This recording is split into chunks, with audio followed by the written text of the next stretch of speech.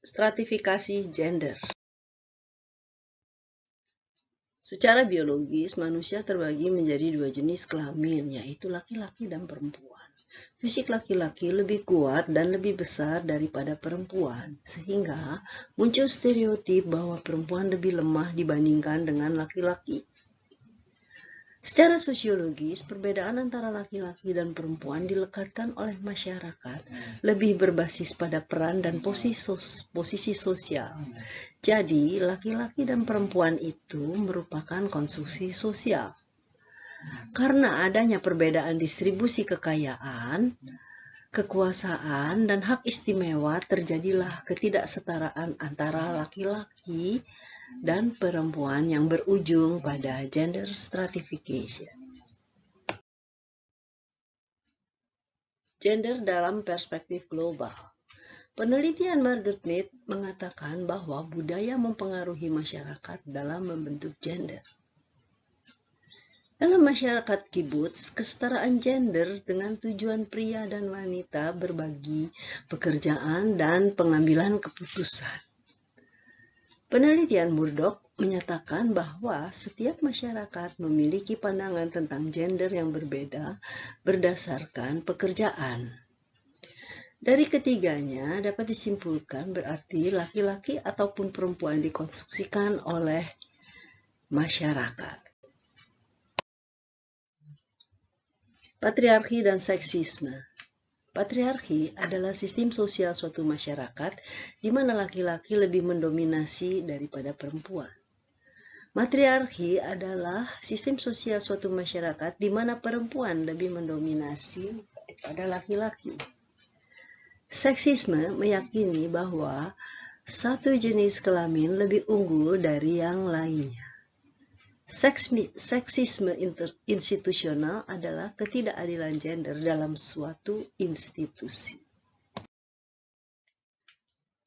Seperti kita ketahui bahwa agen sosialisasi itu adalah keluarga, peer groups atau teman sebaya, sekolah, dan media massa.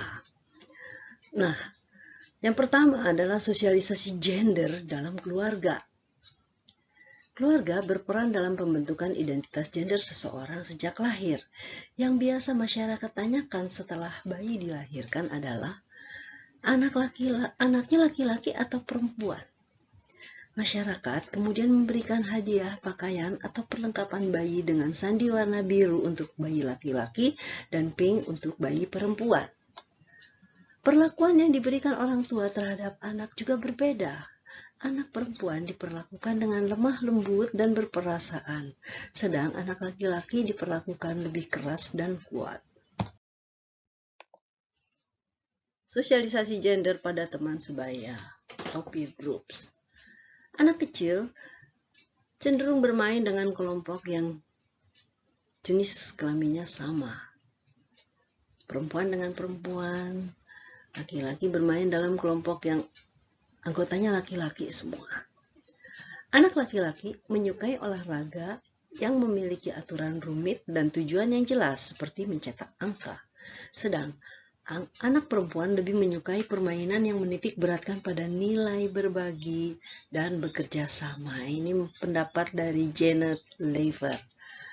Anak laki-laki lebih menggunakan akal, sedang anak perempuan lebih menggunakan perasaan.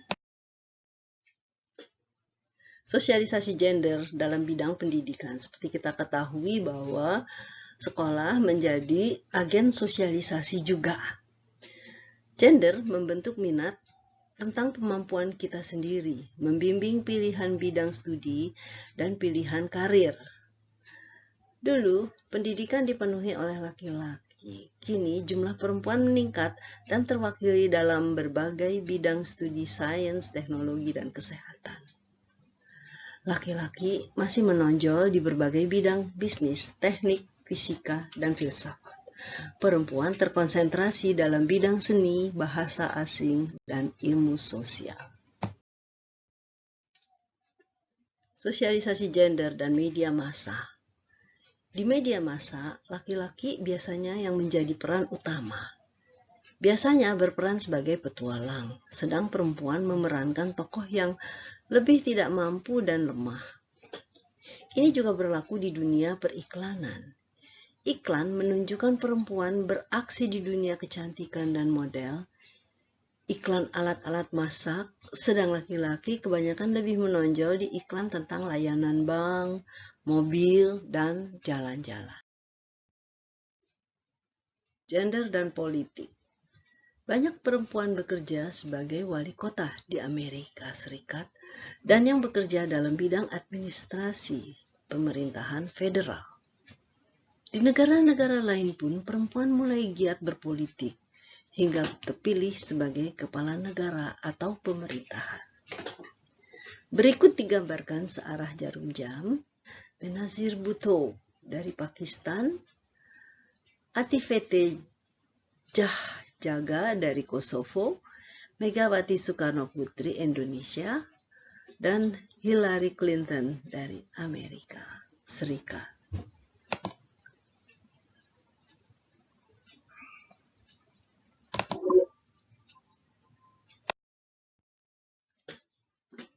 Kekerasan terhadap perempuan. Kekerasan terhadap perempuan bukan saja tentang hubungan seksual, tapi juga tentang kekuasaan. Kekerasan gender dapat terjadi di lingkungan kampus, tempat kerja, dan sebagian besar terjadi di dalam rumah. Kekerasan seksual, pemerkosaan, dan kekerasan fisik sering dilakukan oleh orang yang dekat, kenal, bahkan dipercaya oleh korban. Ada 3 gelombang feminisme yang dimulai pada tahun 1990-an, di mana perjuangannya berfokus untuk meruntuhkan batasan-batasan gender dalam masyarakat. Pemikiran dasar feminisme. Yang pertama adalah meningkatkan kesetaraan sosial antara laki-laki dan perempuan. Kedua, memperluas pilihan individu tanpa memperhatikan maskulinitas atau feminitas. Ketiga, menghilangkan stratifikasi gender. Keempat, menghentikan kekerasan seksual. Dan kelima, mendukung sexual freedom. 3 jenis feminisme. Yang pertama adalah feminisme liberal, mengembangkan hak-hak perempuan dengan tetap menerima struktur dasar masyarakat. Berikutnya adalah feminisme sosialis, yang berpikir bahwa kapitalis mendukung patriarki. Terakhir adalah feminisme radikal yang menganggap patriarki sudah tertanam kuat dalam masyarakat. Satu-satunya cara menghapuskan patriarki adalah dengan menghapuskan gender. Gender dan perubahan sosial. Telah terjadi perubahan mengenai peran laki-laki dan perempuan dalam dunia kerja. Perempuan di berbagai belahan dunia sekarang sudah bekerja penuh waktu. Namun pekerjaan yang dilakukan pekerja perempuan dan laki-laki itu berbeda.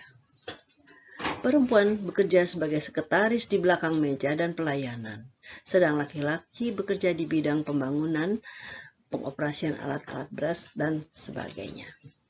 Perubahan yang terjadi itu adalah dari gender stratification menjadi gender segregate.